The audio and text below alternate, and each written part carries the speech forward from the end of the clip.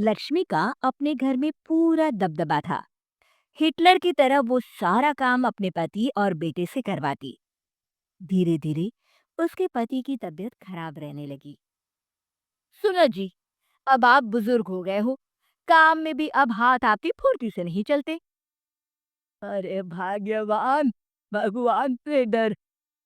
तुझसे मैंने शादी अपने इकलौते बेटे के अच्छे पालन पोषण के लिए की थी, लेकिन तूने तो उसका बेड़ा गर्क कर दिया। मैंने क्या किया? पढ़ाया लिखाया, अब नौकरी नहीं लग रही तो मैं कैसे जिम्मेदार होगी? अब घर में बैठकर रोटी तोड़ रहा था तो मैंने कहा काम ही कर ले। एक तो भला करो और ऊपर से बातें सुनो।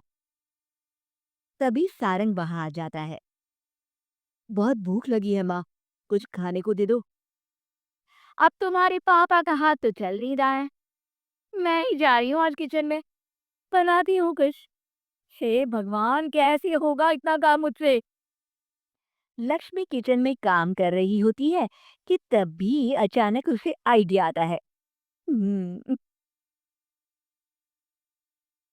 अरे मैं भी ना, अरे यहाँ तो फ्री की नौकरानी ला करती हूँ मैं, फिर मैं क्यों खाना बना रही हूँ?" उस दिन लक्ष्मी सारंग की पसंद का खाना बनाती है और बैठकर उसे बड़े ही प्यार से खिलाती है। खा ले बेटा, खा ले, पेट भर के खा ले। अरे, मैं तेरे लिए ना गर्मा गर्म रोटियां लाती हूँ। सारंग और उसके पिता एक दूसरे की ओर बड़ी ही हैरानी से देखते हैं। बेटा सारंग, जरूर दाल में कुछ काला है, वरना ये औरत तो हमें बासी खाना भी सुकून से ना खाने दे।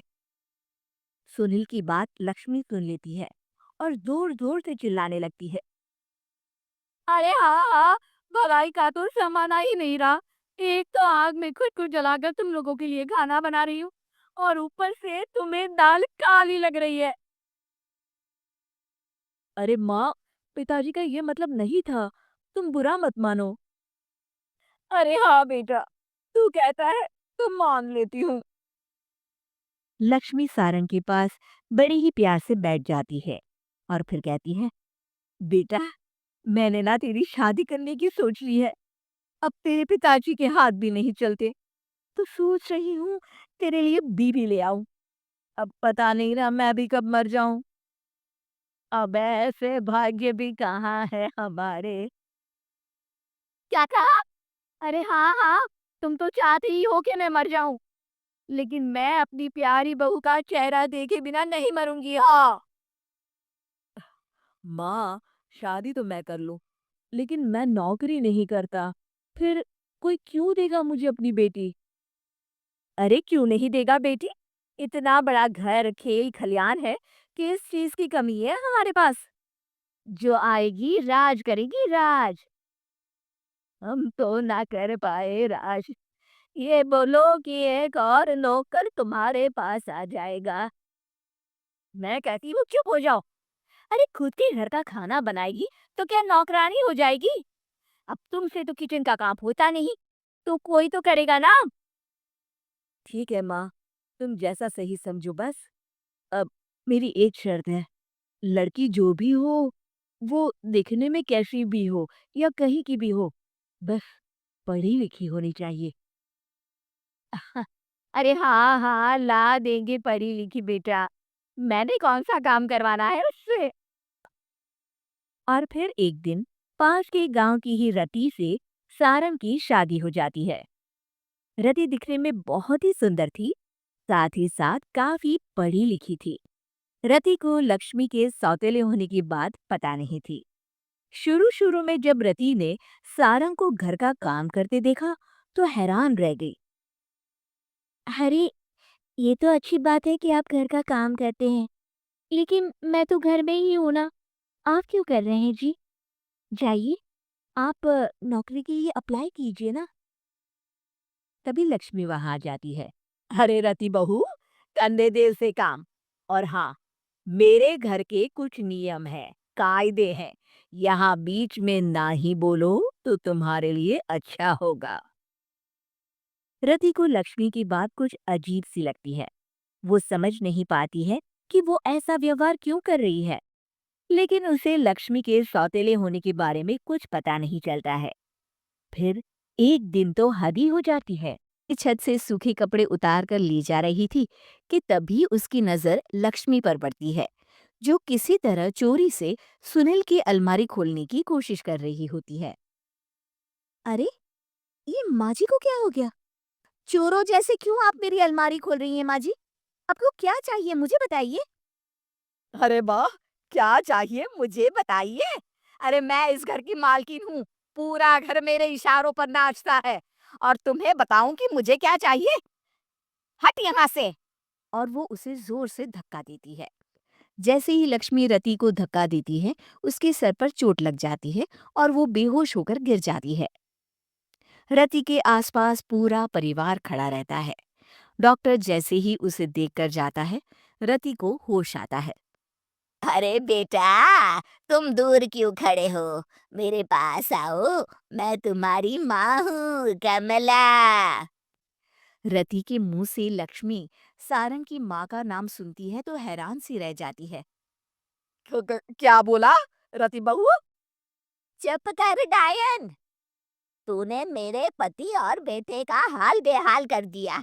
अब तू मेरी बहू को भी गुलाम बनाना चाहती है। रुक, अभी मजा चखाती हूँ। ये कहकर जैसे उसे पकड़ने की कोशिश करती है, लक्ष्मी वहां से भाग जाती है। लक्ष्मी के जाने के बाद रति अपने ससुर और पति की तरफ देखकर मुस्कुरा देती है। दोनों समझ जाते हैं कि ये रति की चाल है। अगली सुबह लक्ष्मी का पति खाना लेकर खेत में जाने के लिए निकल ही रहा होता है कि लक्ष्मी उसे रोक देती है। अरे कहाँ चल दिए खाना लेकर? आज घर का काम कौन करेगा? तभी पीछे से रति आ जाती है और जोर से चिल्लाती है। कौन इनको काम पर जाने से रोक रहा है? मैं अभी उसे मजा चखाती हूँ। जैसे ही रति लक्ष्मी की तरफ बढ़ती है, लक्ष्मी घबरा जाती है। मैं तो मजाक कर रही थी बहन। आखिर मैं कौन होती हूँ रोकने वाली? मैं तो बस ये पूछ रही थी कि घर का काम कौन करेगा? कौन क्या? तू करेगी। चल उठा झाड़ू और शुरू हो जा। लक्ष्मी पूरे घर में झाड़ू पोछा लगा रही होती है कि अचानक सामने सारंग खड़ा हो जाता है। अच्छा माँ, मैं काम पर जा रहा हूँ। रति के मामा की फैक्ट्री है। मैं वहाँ आज से मैनेजर के तौर पर काम करूँगा। सैलरी भी अच्छी है। अरे सारंग, तुझे क्या जरूरत पड़ गई काम करने की? और बेटा तू बाहर काम करेगा तो इस बड़े से घर को मैं कैसे संभालूंगी? अभी तो पूरा काम बाकी पड़ा है। तभी वहां रति आ जाती है। अरे बेटा सारंग, जा, नौकरी पे जा रहा है ना, जा। और हाँ, आते वक्त घर के लिए सब्जियां ले आना। ये लक्ष्मी बैठी बैठी मोटी हो रही है, जरा काम भी तो कर ले। सारंग के जाने के बाद, अच्छा लक्ष्मी, सुन जरा यहाँ। लक्ष्मी अपनी बहू रति को सारंग की पहली माँ जो मर गई है वो समझकर उसके पास जाती है। अरे बहन, ऐसा क्या हो गया जो तुम्हें वापस आना पड़ा? मैं तो बड़े ही प्यार से इस परिवार को चला रही थी। प्यार से तो मैं बहुत साल से तुझे मजा चखाना चाहती थी, लेकिन किसी औरत का शरीर मुझे नहीं मिल रहा था प्रवेश करने के लिए। अब से ना मैं बहू के शरीर में रहूंगी। और हाँ, तूने कोई भी चालाकी दिखाई या मेरे घर के लोगों को परेशान करने की कोशिश की तो तेरा गला दबा दूंगी। लक्ष्मी रति के मुंह से ये सुनकर डर जाती है और शाम को अपने बेटे और पति के सामने जाकर कहती है। तुम दोनों मुझे माफ कर दो। मैं अब तुम दोनों को कभी परेशान नहीं करूंगी। और बहू, तुम मेरी बेटी की तरह हो।